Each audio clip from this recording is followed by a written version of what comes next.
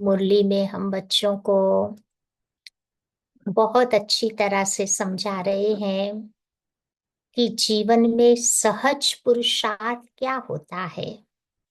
पुरुषार्थ तो हम सब बाबा के बच्चे करते ही है इस जीवन में। बिना पुरुषार्थ के तो हम आगे बढ़ते ही नहीं है, कुछ न कुछ तो करते ही रहते हैं। लेकिन आज बाबा बताते हैं कि हमें इजी योगी बनना है, नेचुरल योगी बनना है। तो जो बाबा के बच्चे ऐसा नेचुरल योगी होते हैं, उनके जीवन में कौन कौन सी बातें हमें दिखाई देगी, कौन सी निशानियां उनके जीवन में दिखाई देगी। तो बाबा कहते हैं कि वो इतना अच्छा पुरुषार्थ करेंगे, अपने पुरुषार्थ से वो औरों को भी पुरुषार्थी बना देंगे। क्योंकि कई बार लोग डर जाते हैं, पुरुषार्थ शब्द सुनते ही डरते हैं। लेकिन बाबा कहते वो पुरुषार्थ को इतना सरल बना देंगे ताकि उनके जीवन को देख देख करके औरों को भी प्रेरणा मिल जाएगी और वो भी अच्छा पुरुषार्थी बन जाएंगे। जो बाबा कहते सहज पुरुषार्थी होंगे, वो बाबा के बच्चे ऑलराउंडर होंगे। ऐसी कोई सेवा नहीं होगी जो वो कर न सके। तो हमें भी बाबा का ऐसा ऑलराउंडर बच्चा बनना है। ब्रह्मा बाबा ने भी शुरू शुरू में यज्ञ में यही तो सिखाया था कि सब प्रकार की सेवाएं मेरे बच्चे कर सके, किसी के पर मुझे डिपेंडेंट नहीं रहना है। अगर डिपेंडेंट बन जाएंगे तो इंडिपेंडेंट कैसे बनेंगे। बाबा के जो सहज पुरुषार्थी बच्चे होते हैं, उनमें हिम्मत बहुत होती है। हिम्मत, करेज। बाबा तो यही कहते हैं ना कि बच्चे तुम एक कदम हिम्मत का आगे बढ़ाओ, मैं 10 कदम बढ़ाता हूँ, लेकिन पहले मुझे हिम्मत दिखानी है। तो सहज पुरुषार्थी बच्चे ऐसे बाबा के हिम्मतवान बच्चे होंगे। फिर बाबा कहते जो बाबा के सहज पुरुषार्थी बच्चे होते हैं ना, वो हर बात में सैंपल, एग्जाम्पल बन करके बाबा को और दुनिया को दिखाने वाले होंगे। और ऐसे जो बाबा के बच्चे सैंपल बन जाते हैं, एग्जाम्पल बन जाते हैं, वही तो पास विथ ऑनर बनते हैं ना। दुनिया में भी कोई नया प्रोडक्ट बनाते हैं तो सबसे पहले सैंपल वो दिखाते हैं। और सैंपल जो बनता है ना, बहुत बढ़िया बनाते हैं, बहुत अटेंशन रख करके वो सैंपल बनाते हैं, ताकि उस सैंपल को देख करके उनको ऑर्डर मिले और चीजें बनाने की। तो सोचो हम भी बाबा के ऐसे सैंपल बच्चे हैं। बाबा हमारे पर कितनी मेहनत कर रहा है, ताकि हम दुनिया के आगे एग्जाम्पल बन जावे, अच्छा सैंपल बन जावे, तो लोगों को भी प्रेरणा मिले कि हम भी ऐसा जीवन बनाए। फिर बाबा के जो सहज पुरुषार्थी बच्चे होंगे, वो बहुत बहुत नॉलेजफुल होंगे। हर बात में बाबा का जो ज्ञान है उसे अपने जीवन में अप्लाई करने वाले होंगे। वो बच्चों के साथ बच्चे बन जाएंगे, बड़ों के साथ बड़े बन जाएंगे, जवान के साथ जवान बन जाएंगे। तो ऐसे घुल मिल जाने वाला उसका नेचर होगा। ऐसे नहीं कि अमुक आत्माओं से ही मेरा बनता, अमुक से नहीं बनता, वो वाला संस्कार नहीं होगा। जहां बाबा उसको बिठाए, जिस परिस्थिति में उस बच्चे को बाबा रखे, जिन आत्माओं के साथ बाबा उनको बिठाए, सब में वो घुल मिल जाने वाले, एडजस्ट होने हो जाने वाले। या तो ऐसे मोल्डिंग नेचर वाले सहज पुरुषार्थी बच्चे होंगे। और बाबा के जो सहज पुरुषार्थी बच्चे होंगे ना, उनमें दो शक्तियां विशेष देखने को मिलेगी। कौन सी वो दो शक्तियां होंगी? एक तो बाबा कहते सहन करने की शक्ति, दूसरी उनमें होगी समाने की शक्ति। जहां उसको जितनी बातें समानी है वो समा लेगा, सहन भी कर लेगा। तो ये दो शक्तियां हैं जो हमें सहज पुरुषार्थी बनाने में बहुत बहुत मदद करती है। बाबा कहते हैं जो बाबा के सहज पुरुषार्थी बच्चे होंगे वो ब्राह्मण जीवन में कोई न कोई विशेषताओं से संपन्न होगा। बाबा कहते हैं हम सब बाबा के बच्चों में कोई ना कोई विशेषता तो है ही है, लेकिन एक बात में मुझे सबसे अच्छा, सबसे आगे जाना है। ऐसी कोई एक विशेषता मुझे अपने आप में बहुत अच्छी तरह से डेवलप करनी है, ताकि उन विशेषता के कारण हम बाबा के इस पुरुषार्थी जीवन में आगे बढ़ जावे। जैसे कोई में सिंगिंग की होती है, कोई में कुकिंग की विशेषता होती है, कोई ब्रह्मा भोजन बढ़िया बना लेता है, कोई में गार्डनिंग की विशेषता होती है। तो कोई ऐसी एक विशेषता पर मुझे एक्स्ट्रा ध्यान दे करके उस विशेषता को बढ़ाना है, ताकि हम बाबा के यज्ञ में उस विशेषता को यूज करके अपना और दूसरों का हम भाग्य बना सके। तो जो सहज पुरुषार्थी बाबा का बच्चा होगा वो सदा खुशी में रहेगा। सबको जो भी उसके पास आएगा ना, खुशी का खजाना बांटता रहेगा। सबको अच्छी अच्छी बाबा की बातें सुना करके उन आत्माओं में उमंग उत्साह भरने वाला वो बच्चा होगा। क्योंकि आज देश दुनिया में क्या चाहिए, लोग होपलेस हो गए हैं।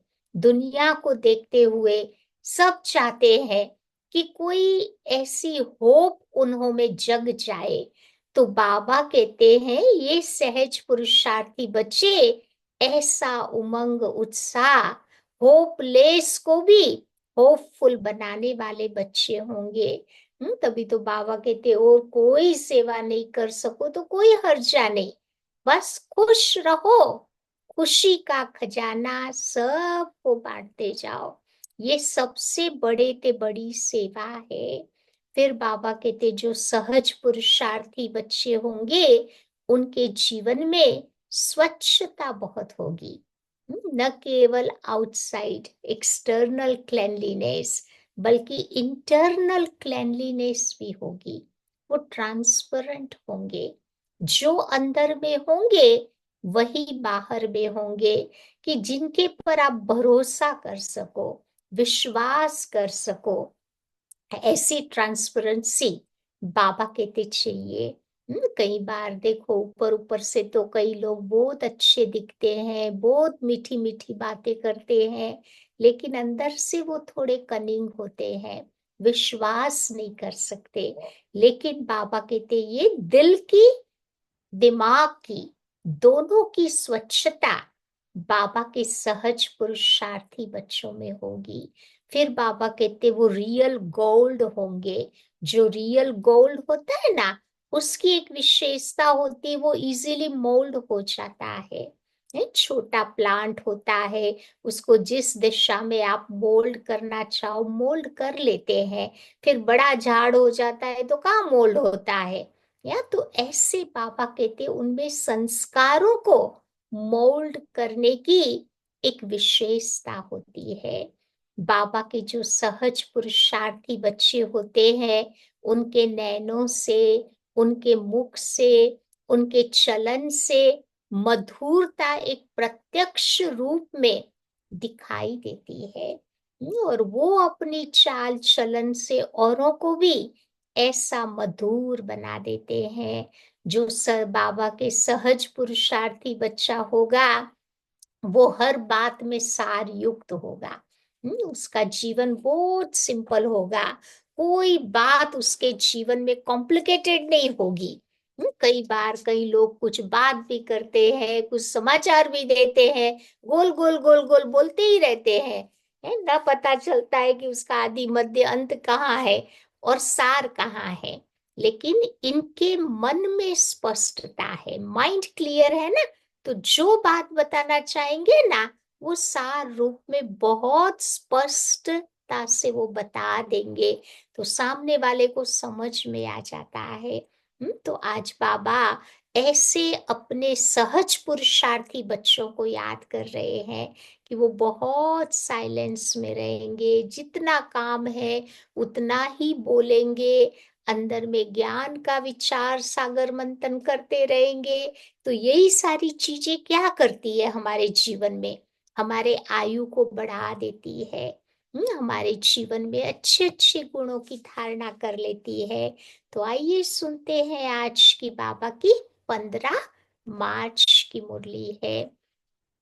तो आज बाबा कहते हैं कि मीठे बच्चे अब वापस घर जाना है, इसीलिए देह सहित देह के सब संबंधों को भूलकर एक बाप को याद करो। यही है सच्ची गीता का सार। दुनिया वाले जो गीता पढ़ते हैं ना उसमें भी तो यही बात बताई है, और बाबा आकर के हमें सच्ची गीता सुनाता है, उसका सार भी बाबा कहते यही है। ओम शांति। मीठे मीठे रूहानी बच्चों प्रति रूहानी बाप फिर से समझा रहे हैं। रोज रोज बाबा समझानी देते हैं। बच्चे तो समझते हैं कि बरोबर हम गीता का ज्ञान पढ़ रहे हैं। कल पहले मुआफिक लास्ट साइकिल में जैसे बाबा ने सुनाया था ना, अभी फिर से हम सुन रहे हैं। परंतु श्री कृष्ण नहीं पढ़ाते, परम पिता परमात्मा बैठ हमको पढ़ाते हैं। वही हमको फिर से राजयोग सिखा रहे हैं। तो तुम बच्चे अभी भगवान से डायरेक्ट सुन रहे हो। तो भारतवासियों का सारा मदार गीता के पर है। उस गीता में भी लिखा हुआ है रुद्र ज्ञान यज्ञ रचा। भगवान आया तो उसने क्या किया, रुद्र ज्ञान यज्ञ रचा। तो ये यज्ञ भी है तो साथ साथ पाठशाला भी है।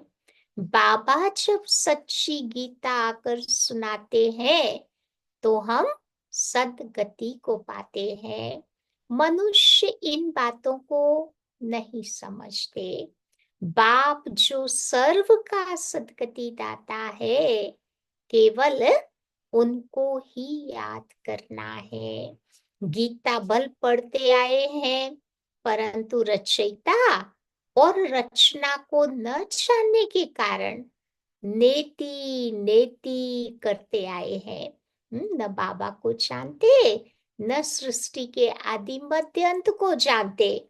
इसीलिए जो द्वापर युग के ऋषि मुनि थे, इन्होंने सच्ची बात बता दी कि हम उसे नहीं जानते। नेति नेति माना नहीं जानते। लेकिन आजकल के गुरु तो क्या कहते हैं, शिवो अहम, हम ही परमात्मा शिव है। अब सच्ची गीता तो सच्चा बाबा आकर के सुनाते हैं। तो ये है विचार सागर मंथन करने की बातें। जो बच्चे बाबा की सर्विस पर होंगे उनका तो अच्छी रीति ध्यान जाएगा।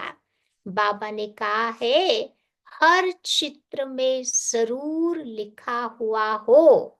कौन सी बात लिखी हुई हो कि ज्ञान सागर पतित पावन गीता ज्ञान दाता परम प्रिय परम पिता परम शिक्षक परम सतगुरु शिव भगवान वाच। समझा कितना लंबा बाबा ने बताया, याद रहा?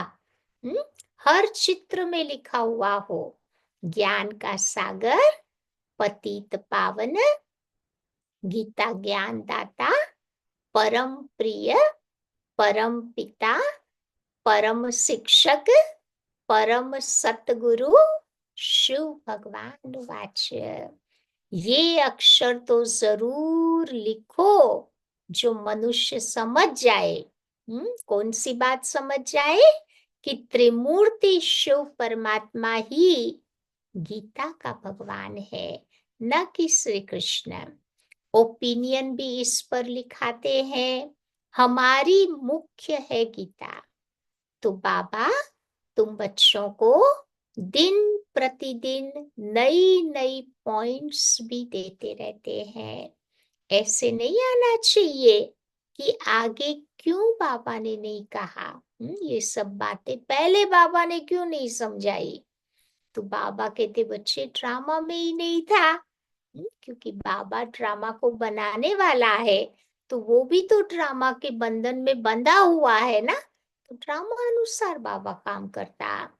बाबा की मुरली में नई नई पॉइंट्स निकालनी चाहिए। लिखते भी है राइज और फॉल, हिंदी में कहते हैं भारत का उत्थान और पतन। राइज माना उत्थान, फॉल माना पतन। राइज अर्थात construction of the deity dynasty, देवी देवता धर्म की जो राजधानी है ना, वो कंस्ट्रक्ट हो रही है। 100% प्यूरिटी, पीस, प्रॉस्पेरिटी की स्थापना होती, फिर आधा कल्प के बाद फॉल हो जाता, डेविल डिनेस्टी का फॉल हो जाता। तो rise and construction deity dynasty का होता, तो फॉल के साथ लिखना चाहिए डिस्ट्रक्शन। तो तुम्हारा सारा मदार है किसके पर है, ज्ञान योग धारणा सेवा किसके पर है। तो आज बाबा कहते तुम्हारा सारा मदार है गीता पर। बाबा ही तो आकर सच्ची सच्ची गीता सुनाते हैं, बाबा रोज इस पर समझाते हैं। बच्चे तो आत्मा ही है, बाबा कहते हैं इन देह के सारे विस्तार को भूलकर अब अपने को आत्मा समझो। आत्मा शरीर से अलग हो जाती है तो क्या होता है, सब संबंध भूल जाती है। तो बाबा भी कहते हैं कि देह के सब संबंध छोड़ अपने को आत्मा समझ अब मुझ बाप को याद करो। क्यों याद करना है बाबा को, क्योंकि अभी तुम्हें वापस घर जाना है। आधा कल्प वापस जाने के लिए इतनी भक्ति आदि की है। सतयुग में तो कोई वापस जाने का पुरुषार्थ ही नहीं करता, क्योंकि वहां तो एंजॉय करते ना, हैप्पी है। तो वहां कोई वापस जाने का पुरुषार्थ नहीं करता, वहां तो सुख ही सुख है। तभी तो गाते हैं, भक्ति में वो भजन गाते हैं ना, दुख में स्मरण सब करे, सुख में करे न कोई, परंतु सुख कब है दुख कब है ये नहीं जानते। तो हमारी सब बातें हैं गुप्त, हम भी तो रूहानी मिलिट्री है ना, शिव बाबा की शक्ति सेना है। इसका अर्थ भी कोई समझ न सके। देवियों आदि की इतनी पूजा होती है, परंतु कोई की भी बायोग्राफी को ये लोग नहीं जानते। जिनकी पूजा करते हैं उनकी बायोग्राफी को तो बच्चों को जानना चाहिए ना। ऊंचते ऊंच शिव की पूजा है, फिर है ब्रह्मा विष्णु शंकर की, फिर उसके बाद लक्ष्मी नारायण राधे कृष्ण के भी मंदिर बनते। और तो कोई है नहीं, एक ही शिव बाबा पर कितने भिन्न भिन्न नाम रख दिए हैं, फिर मंदिर बनाए हैं। अभी तुम्हारी बुद्धि में सारा चक्र घूमता है। ड्रामा में मुख्य एक्टर्स भी तो होते हैं ना, वो होता है हद का ड्रामा, ये है बेहद का ड्रामा। इसमें मुख्य कौन कौन है ये तुम बच्चे जानते हो।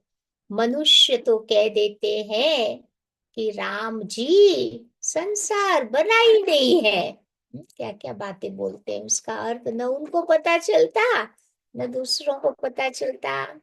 तो इस पर एक शास्त्र भी बना दिया है, अर्थ कुछ भी नहीं समझते। बाबू ने तुम बच्चों को बहुत सहज पुरुषार्थ सिखाया है।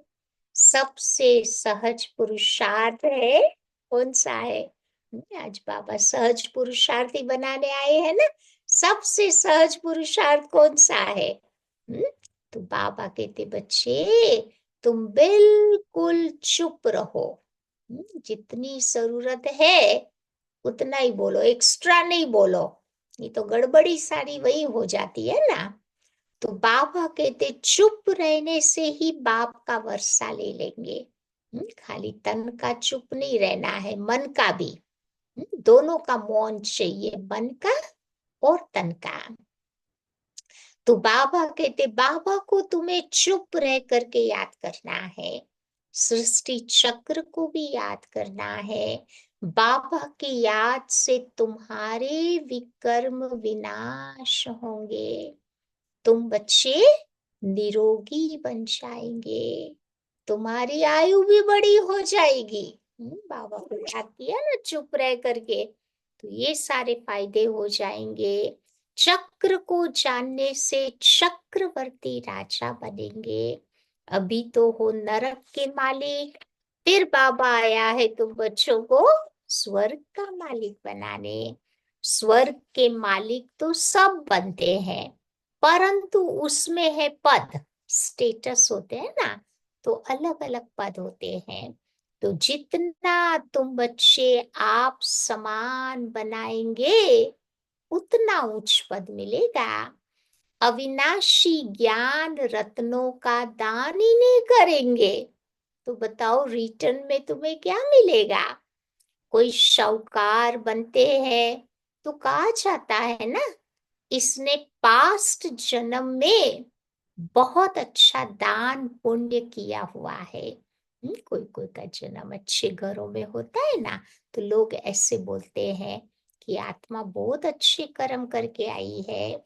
तो अभी बच्चे जानते हैं कि रावण राज्य में तो सब पाप ही पाप करते हैं।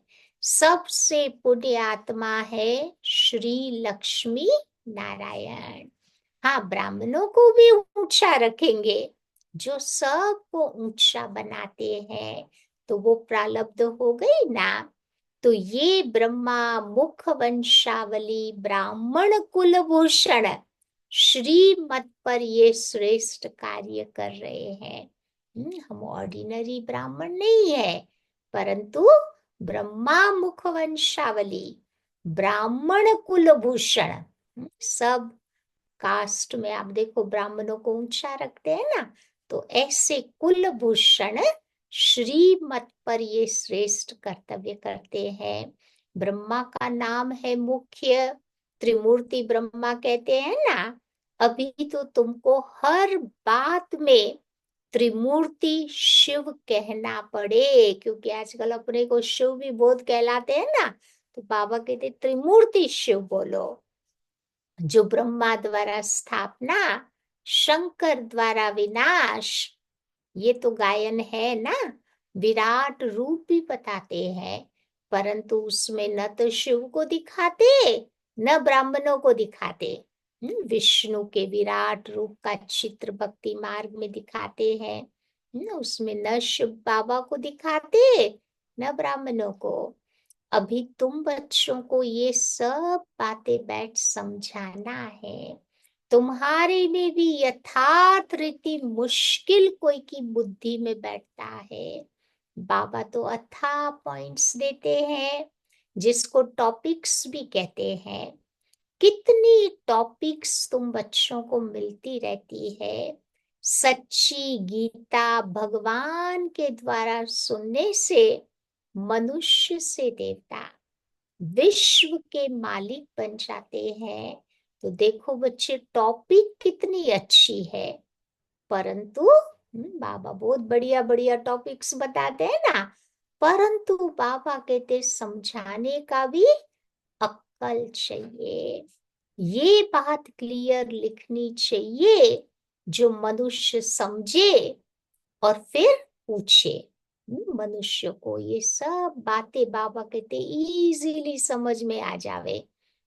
फिर बाबा कहते तुम्हें प्रश्न भी उसके पर पूछे। कितना सहज है। एक एक ज्ञान की पॉइंट्स लाखों करोड़ों रुपयों की है, जिससे तुम क्या से क्या बन जाते हो। तुम्हारे कदम कदम में पदम है। हर कदम में पद्मों की कमाई है। इसीलिए देवताओं को भी पद्म का फूल दिखाते हैं। लोटस फ्लावर पकड़ करके खड़े हैं ना, कभी कभी लोटस फ्लावर के बीच में भी खड़ा हुआ दिखाते हैं। तो तुम ब्रह्मा मुख वंशावली, ब्राह्मणों का नाम ही इन्होंने गुम कर दिया है। वो ब्राह्मण लोग कच्छ में कुरम लेते हैं। उनके बगल में गीता का हमेशा पुस्तक होता है ना। अभी तुम हो सच्चे सच्चे ब्राह्मण, तुम्हारी बुद्धि में है सत्यम। वो तो वही झूठी बातें सुनाते हैं ना। तुम्हारी बुद्धि में है सच्ची सच्ची बातें, उनके कच्छ में है कुरम। तो तुम बच्चों को तो बड़ा नशा चढ़ना चाहिए। किस बात का नशा चढ़ना चाहिए? तो बाबा कहते हैं कि हम श्रीमत पर स्वर्ग बना रहे हैं। बाप राजयोग सिखला रहे हैं। तुम्हारे पास तो कोई पुस्तक तो है नहीं, लेकिन ये सिंपल बैच ही तुम्हारी सच्ची गीता है। इसमें त्रिमूर्ति का भी चित्र है, तो सारी गीता इसी में आ जाती है। सेकंड में देखो, सारे गीता का ज्ञान समझाते हो ना। गीता का सार किसी को भी हम समझा देते हैं, टाइम नहीं लगता। तो बाबा कहते हैं इस बैच के द्वारा तुम किसी को भी सेकंड में समझा सकते हो, क्योंकि अंत में तो हमारे पास ये पोस्टर आदि तो रहेंगे नहीं। कहाँ ले लेके उठा उठा के घूमेंगे। तो बस बाबा कहते हैं पुस्तक के पर ही सारा ये बैच के पर ही सारा समझाना पड़ेगा ज्ञान। तो ये तुम्हारा पाप है, इनको याद करने से तुम्हारे पाप विनाश होंगे। ट्रेन में जाते चलते फिरते कोई भी तुम्हें मिले, तुम उनको अच्छी रीति बैठ समझाओ। कृष्णपुरी में तो सब जाना चाहते हैं। इस पढ़ाई से हम ये बन सकते हैं। पढ़ाई से राजाई स्थापन होती है, और धर्म स्थापक कोई राजाई स्थापन नहीं करते। तुम बच्चे जानते हो, हम राजयोग सीखते हैं भविष्य 21 जन्म के लिए। तो ये तुम्हारी पढ़ाई कितनी अच्छी है। सिर्फ रोज 1 घंटा इसको पढ़ना है। बाबा नहीं कहते कि बहुत सारा टाइम लगाओ, 1 घंटा तो निकाल ही सकते हैं। जिस बाबा ने हमें 24 घंटे दिए, क्या उस बाबा को 1 घंटा नहीं दे सकते? और 1 घंटा देने से बाबा को फायदा नहीं है, फायदा मेरे को होता है ना। तो बाबा कहते हैं ये पढ़ाई तो तुम्हारी 1 घंटे की है, तो रोज रोज उसको पढ़ो। बस वो पढ़ाई तो 4-5 घंटे के लिए होती है, ये 1 घंटा ही बस है। सो भी सवेरे का टाइम ऐसा है जो सबको फ्री होता है। कोई नहीं बोलता अमृत वेले के बाद से कोई बिजी होता हो, सब कोई फ्री होते हैं ना। तो बाबा वही फ्री टाइम में ही हम बच्चों को कहता है 1 घंटा निकाल लो।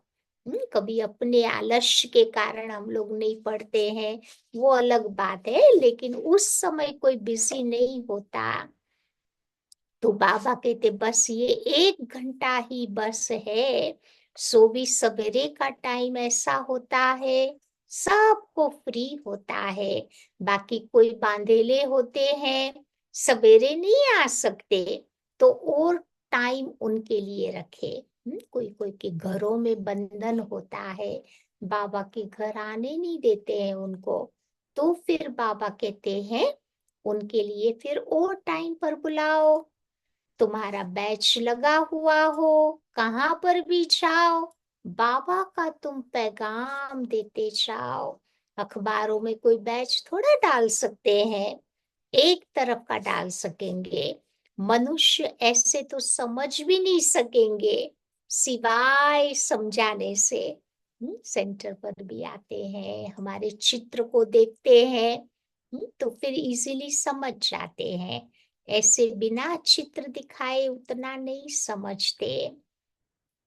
तो बाबा कहते हैं ये सब चीजें है बहुत सहज, ये धंधा तो कोई भी कर सकता है। अच्छा, खुद बल याद न करे, दूसरों को तो कम से कम याद दिलाए। चलो हम उतना नहीं कर सकते, बाबा कहते दूसरों को तो याद कराए, वो भी अच्छी बात है। दूसरे को कहेंगे देह अभिमानी बनो और खुद देहभान में होंगे तो क्या होगा, कुछ न कुछ विकर्म होता रहेगा। तो पहले पहले तूफान आते हैं मनसा में, मन में आते हैं विचार, फिर कर्मणा में आते हैं। अब मनसा में तो तूफान बहुत आएंगे, उस पर भी बुद्धि से तुम्हें काम लेना है।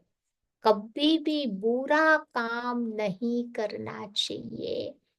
कोई भी ऐसे वैसे विचार आएंगे, कुछ गलत काम करने का संकल्प आएगा, तो बाबा अब हम बच्चों को बहुत अच्छी प्रेरणा देते रहते हैं। दिल हमारा कोई चीज को करने के लिए मानता नहीं है तो नहीं करना चाहिए, क्योंकि वो बुरा काम है। तुम्हें अच्छा कर्म ही अपने जीवन में करना है। संकल्प भी अच्छे होते हैं, बुरे भी तो आते हैं, तो बुरे संकल्पों को रोकना चाहिए। ये बुद्धि बाबा ने तुम बच्चों को दी है, दूसरा तो कोई समझ न सके, वो तो रॉन्ग काम ही करते रहेंगे, लेकिन तुम बच्चों को अभी राइट काम करना है। अच्छे पुरुषार्थ से राइट काम होता है। तो बाबा हर बात बच्चों को बहुत अच्छी रीति बैठ समझाते हैं। अच्छा, मीठे मीठे सिकिलते बच्चों प्रति मात पिता बाप दादा का याद प्यार और गुड मॉर्निंग। रूहानी बाप की रूहानी बच्चों को नमस्ते, और रूहानी बच्चों की रूहानी बाप को नमस्ते। धारणा पॉइंट, पहली बात बाबा बताते हैं, ये एक एक अविनाशी ज्ञान रतन लाखों करोड़ों रुपयों का है। एक एक ज्ञान की बातें बाबा कहते बहुत कीमती है। इन्हें दान कर कदम कदम पर पद्मों की कमाई जमा करते रहना है। एक अच्छा काम बाबा की याद में करते हैं, तो कितनी कमाई हो जाती है ना। परंतु एक गलत काम किया तो उतना गवाते भी है। तो आप समान बनाकर ऊंच पद पाना है। दूसरी बात बाबा बताते हैं, विकर्मों से बचने के लिए देही अभिमानी रहने का पुरुषार्थ करना है। मनसा में कभी भी बुरे संकल्प न आए, उन्हें रोकना है। मन को इतना बिजी रखे अच्छे संकल्पों में, तो बुरे संकल्प आएंगे ही नहीं। अच्छे संकल्प चलाते रहना है। कर्मेंद्रियों से कोई भी उल्टा सुलटा कर्म नहीं करना है। आज का वरदान है, रूहानियत के प्रभाव द्वारा फरिश्तेपन का मेकअप करने वाले सर्व के स्नेही भव। समझा कौन सा मेकअप करना है? दुनिया में भी अलग अलग नाम होते हैं ना मेकअप के, तो यहाँ भी बाबा के पास भी है। तो हमारा मेकअप है फरिश्तेपन का मेकअप। जो बच्चे सदा बाप दादा के संग में रहते हैं, उन्हें संग का रंग ऐसा लगता है जो हरेक के चेहरे पर रूहानियत का प्रभाव दिखाई देता है। चेहरे पर वो रौनक, चेहरे पर वो लाइट, रूहानियत दिखाई देती है, क्योंकि बाबा की याद के वाइब्रेशंस है, अच्छे विचारों के वाइब्रेशंस, वो बाबा के चमकते देखने दिखाई देने में मदद करते। जिस रूहानियत में रहने से फरिश्तेपन का मेकअप स्वतः हो जाता है। जैसे मेकअप करने के बाद कोई कैसा भी हो लेकिन बदल जाता है ना। देखते हैं ना, दुनिया में भी मेकअप करते हैं, कितना काला भी हो लेकिन अच्छा दिखाई देता है वो। तो मेकअप करने से वो सुंदर लगता है। तो यहाँ पर भी कौन सा मेकअप हमें करना है? फरिश्तेपन के मेकअप से आप भी चमकने लगेंगे, और ये रूहानी मेकअप सर्व का स्नेही बना देगा। तभी तो योगी आत्माएं होती है ना, उनके चेहरे पर वो स्पार्कल दिखाई देता है, वो योग की चमक दिखाई देती है। आज का स्लोगन है, ब्रह्मचर्य, योग तथा दिव्य गुणों की धारणा ही वास्तविक हमारा पुरुषार्थ है। थोड़ी सी पॉइंट्स है मम्मा के मुरली की। तो वो बताती है, कर्म बंधन को तोड़ने का क्या पुरुषार्थ है।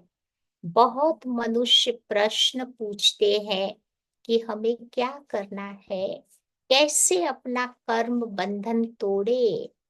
तो अब हरेक की जन्म पत्री को तो बाप जानता है। बच्चे का काम है एक बार अपने दिल से बाबा को समर्पित हो जाए, अपनी जवाबदारी बाबा के हाथ में दे देवे। फिर वो हरेक को राय देगा कि तुमको क्या करना है। सहारा भी प्रैक्टिकल में लेना है। बाकी ऐसे नहीं कि सिर्फ सुनते रहो और अपनी मत पर चलते रहो। हम्म? तो बाप साकार है, तो बच्चे को भी स्थूल में पिता, गुरु, टीचर का सहारा लेना है ना। ऐसे नहीं कि आज्ञा मिले और पालन न कर सके और ही अकल्याण हो जावे। तो बाबा की फरमान का पालन करने में भी हिम्मत चाहिए। बाबा की श्रीमत पर चलने की भी हिम्मत चाहिए। और चलाने वाला तो है ही रमूजबाज, वो तो जानता है कि इसका कल्याण किसमें है। तो वो ऐसे डायरेक्शन देगा कि कैसे अपने कर्म बंधन को तोड़ो। कोई को फिर ये ख्याल नहीं आना चाहिए। कौन सा ख्याल नहीं आना चाहिए? कि हमारे बच्चों आदि का क्या हाल होगा। इसमें कोई घर बार छोड़ने की तो बात ही नहीं है। ये तो थोड़े से बच्चों का इस ड्रामा में पार्ट था तोड़ने का। अगर ये पार्ट न होता तो तुम्हारी जो अब सेवा हो रही है, फिर वो कौन करता। अब तो छोड़ने की बात है ही नहीं, मगर परमात्मा को जानना है। डरो नहीं, हिम्मत रखो। बाकी जो डरते हैं वो न तो खुद खुशी में रहते, न फिर वो बाप के मददगार भी बनते। कैसे डरते हैं कि भाई लोग क्या कहेंगे, समाज क्या कहेंगे, घर वाले क्या कहेंगे। कोई अच्छा काम, राइट काम करना है तो डरना नहीं है। डरता कौन है? जो गलत करता है। राइट करने वाला कभी नहीं डरता है। यहाँ तो उनके साथ पूरा मददगार बनना है। अब जीते जी मरेंगे तभी तो मददगार बन सकते हैं ना। तो बाबा कहते, अगर कहाँ पर अटक पड़े तो फिर वो मदद देकर पार कर लेगा। तो बाबा के साथ मनसा वाचा कर्मणा तुम्हें मददगार होना है। इसमें जरा भी मोह की रग होगी तो तुम्हें गिरा देगी। तो हिम्मत रखो और आगे बढ़ो। कहाँ हिम्मत में कमजोर होते हैं तो मूंझ पड़ते हैं। इसीलिए अपनी बुद्धि को बिल्कुल पवित्र बनाना है। तो फिर बाबा कहते समर्थ का सहारा ले लेंगे तो न डरेंगे न थकावट होगी, क्योंकि ये चढ़ाई थोड़ी बाकी टेढ़ी है। तो कभी थक जाते हैं, कभी बाबा कहते हिम्मत हमारी टूट जाती है, लेकिन बाबा साथ होगा तो ये नहीं होगा। आज का अव्यक्त इशारा है, आपका बोल और स्वरूप दोनों साथ साथ दिखाई देने चाहिए। जो शब्द बोलते हैं वो प्रैक्टिकल में बाबा कहते अनुभव हो, बोल भी स्पष्ट हो, उसमें स्नेह भी हो, नम्रता, मधुरता और सत्यता भी हो। चार बातें बाबा ने बताई। एक तो हमारे शब्द बड़े स्पष्ट होने चाहिए, उसमें स्नेह भी हो, नम्रता भी हो, मधुरता भी हो और सत्यता भी हो। लेकिन स्वरूप की नम्रता भी हो। इसी रूप से बाबा को प्रत्यक्ष कर सकेंगे। निर्भय हो, लेकिन बोल मर्यादा के अंदर हो। फिर आपके शब्द कड़े नहीं, मीठे लगेंगे। कभी कभी हमारे शब्द कड़े लगते हैं ना, तो बाबा कहते वो मर्यादा के अंदर वो हमारे बोल हो। जो बाबा ने ईश्वरीय मर्यादा दी है ना, कैसा बोलना है, मीठा बोलना है, थोड़ा बोलना है, धीरे बोलना है। तो फिर बाबा कहते आपके शब्द कड़े नहीं लेकिन मीठे लगेंगे। समझा? तो ये थी बाबा की आज की प्यारी सी मुरली। सहज पुरुषार्थी आज बन करके हम बाबा को दिखाएंगे। जो बताया ना आगे में सहज पुरुषार्थ क्या है, उससे ध्यान पे रखेंगे। ठीक है, बाकी पीजी